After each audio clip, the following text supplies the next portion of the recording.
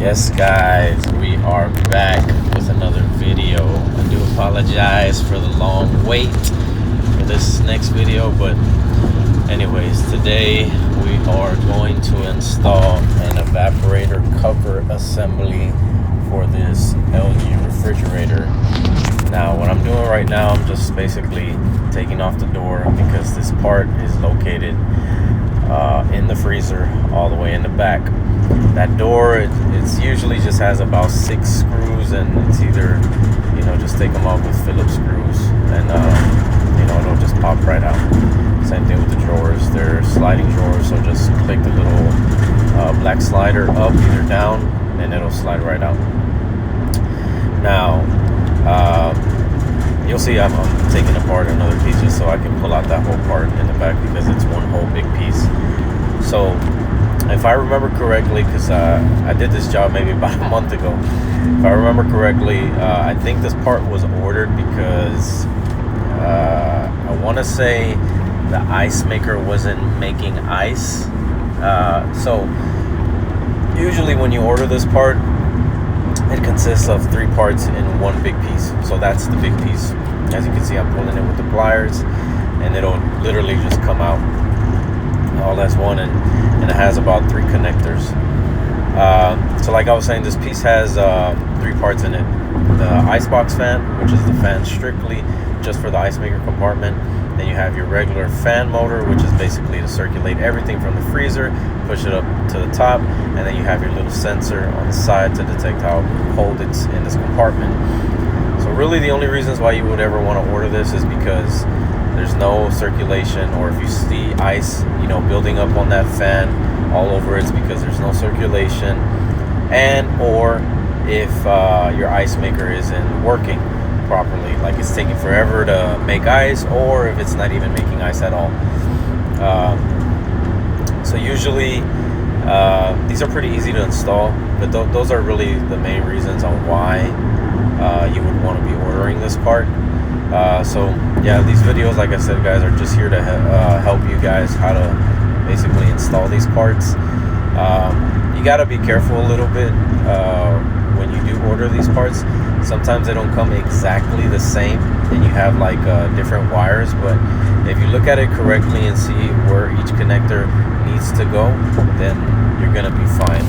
But as you can see, this one I believe didn't come exactly the same. It was missing the fan motor, if I'm not mistaken. Usually if it doesn't have the fan motor, then it was just strictly for the icebox fan that needed to be changed out. But since it's a new part, then we're just basically gonna transfer most of the pieces to the new piece. But yeah, this is real typical for any LG and Kenmore. Kenmore and LG are basically the same thing for the refrigerators for the most part. So any part that you are, looking for, they're usually compatible with these. But yeah, as you can see right there, I'm just comparing the two just to be sure that everything is, in order and the same. So, nothing out of the ordinary, but you do just take your time doing these jobs. Obviously don't take forever to do it if you're, doing it for a customer or anything like that. But if it's your own personal things, just, take your time. Nobody's going to rush you. But, yeah, these, like I keep saying, guys, these videos are just strictly to help you guys out, because appliance repair is not cheap at all. It's only affordable, and it seems like it's worth it when you have, a home warranty or insurance on your appliances. Because if you're paying your premium every month, no matter what it is that needs to be ordered for your appliance, if it's deemed necessary to make the appliance work, it'll be covered. So that's parts, labor, the trip, installation, X, Y, and Z. So yeah, these and if you don't have insurance, these videos will be pretty useful to you, because 1, it shows you how to do it, and 2, you're going to save yourself a pretty penny. So as you can see, we're just changing some things out with that old piece and putting it on the new one.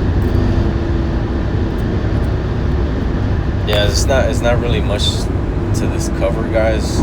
Sorry for the bad angle, but the attachable head tripod that I had on was just moving a little bit too much. So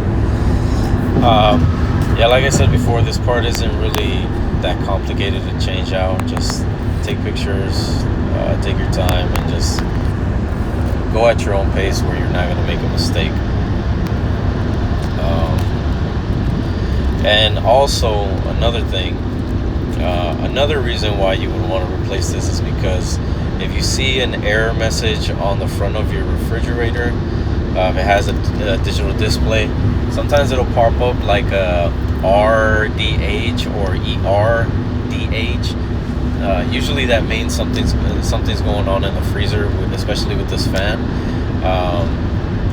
with this basically the whole cover assembly, and or an issue with the defrost sensor that's attached to the evaporator. Sometimes those blow out, and then if that blows out, then your heater won't kick on, and then you'll have cooling issues, which is not that difficult to fix, but when it does happen, it's a bit of a pain because obviously your food is going to get affected, and nobody wants to lose their food at the end of the day.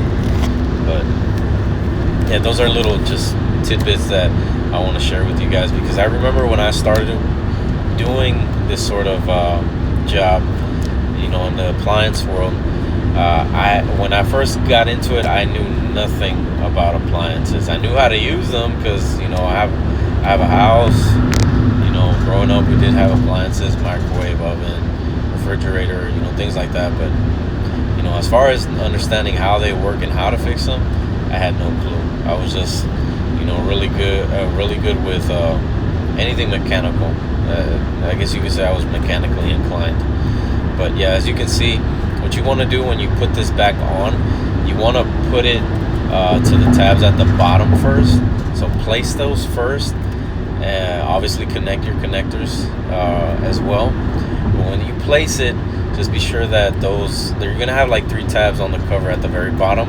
Be sure that those are clicking in at the bottom of the drain pan, where you see them go in maybe about a couple centimeters.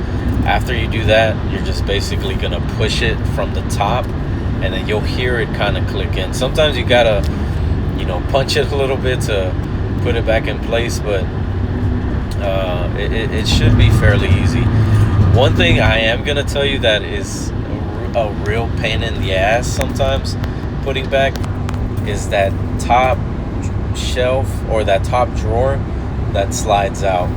And the reason for that is because when you pull out that drawer or the shelf, whatever you want to call it, on the side you have half of the railing still on that drawer, and what tends to happen is that those things are only held on by tabs, and if the tabs are broken or they are worn out, that half of the rail is going to wiggle a lot, and sometimes it ends up falling out, and then you have to kind of hold it with one hand and then push it to the other hand where it actually reattaches and slides into the other half of the rail.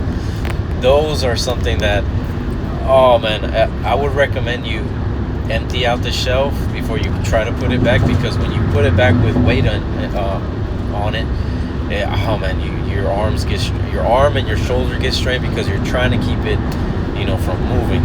But as soon as you got them in a row, be sure that they slide into it where you hear the click. You might have to just put in one at a time and then put the other one right after. But trust me, those are just those just are really not a good time sometimes. But yeah, after you put everything back, the way you attach the door is basically aligning them. They have these little white pins. I think there are maybe about 3 of them on every side. If you align them, they're gonna align the door because they're gonna be sitting on them. And just kind of hold the door steady, and then just screw down one side, not so hard, but just where it's gonna hold the door in place, and then go to the other side and screw another screw so it can hold the complete door in place, and then just go back and forth, putting the screws back on. And just be sure that it's mounted on correctly, because if it's not, and that door's not closing correctly,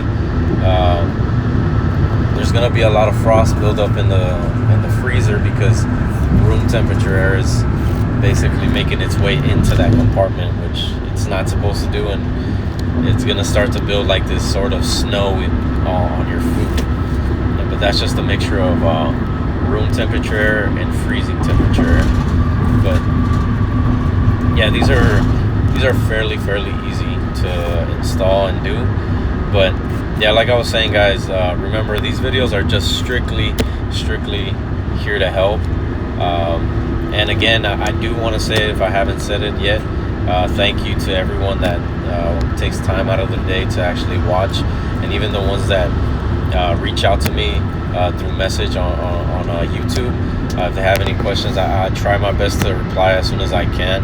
I'm really always busy, guys, working, so you know, I try to do this just to help a lending hand, because I remember where I was at when I was struggling with this. But anyways, again, I just want to say thank you. I appreciate, you know, all the comments, all the small views that we get throughout these little videos that I do.